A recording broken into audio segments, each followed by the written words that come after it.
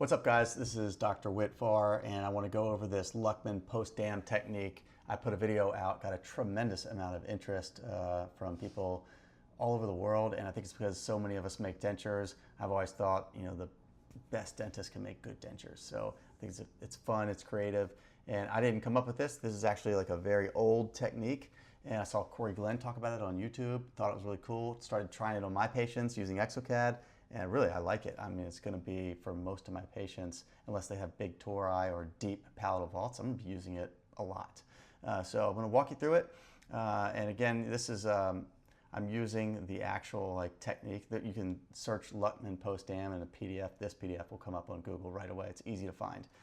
But again, I'm doing all this digitally now, but this is the technique. You would, in your mind's eye, find the incisive papilla, your hamular notches, and the fovea palatini. Mark all those things, and then you're going to make this arcing type line that's going from the incisive papilla to your hamular notches.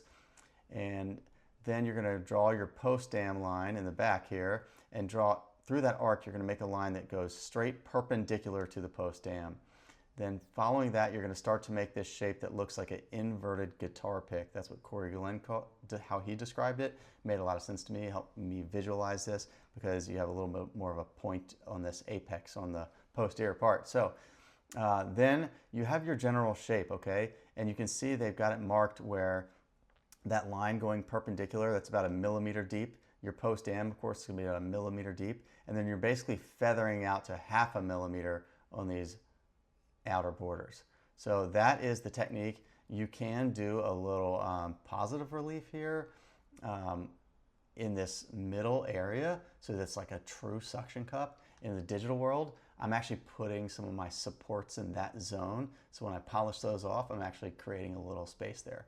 So that's how I'm doing that. So next, we're going to go through the Exocad portion and show you how to set that up and do it super easy, and that'll help too.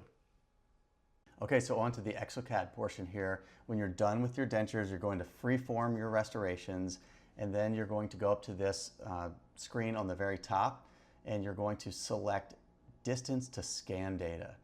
And after you've selected that, then you're going to change the measurement slider bars, especially the one all the way on the left.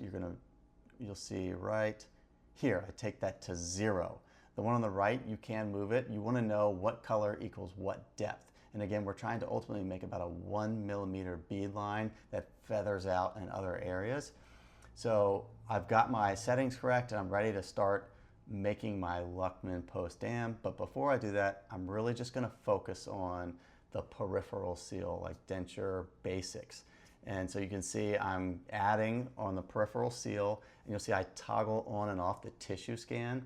That helps me see if I'm actually going to touch the tissue, because in Exocad we have these requirements or limitations to the software for undercuts and blockout relief, and it just follows the program. There's no help there, so you got to make sure you're going to touch the peripheral amount.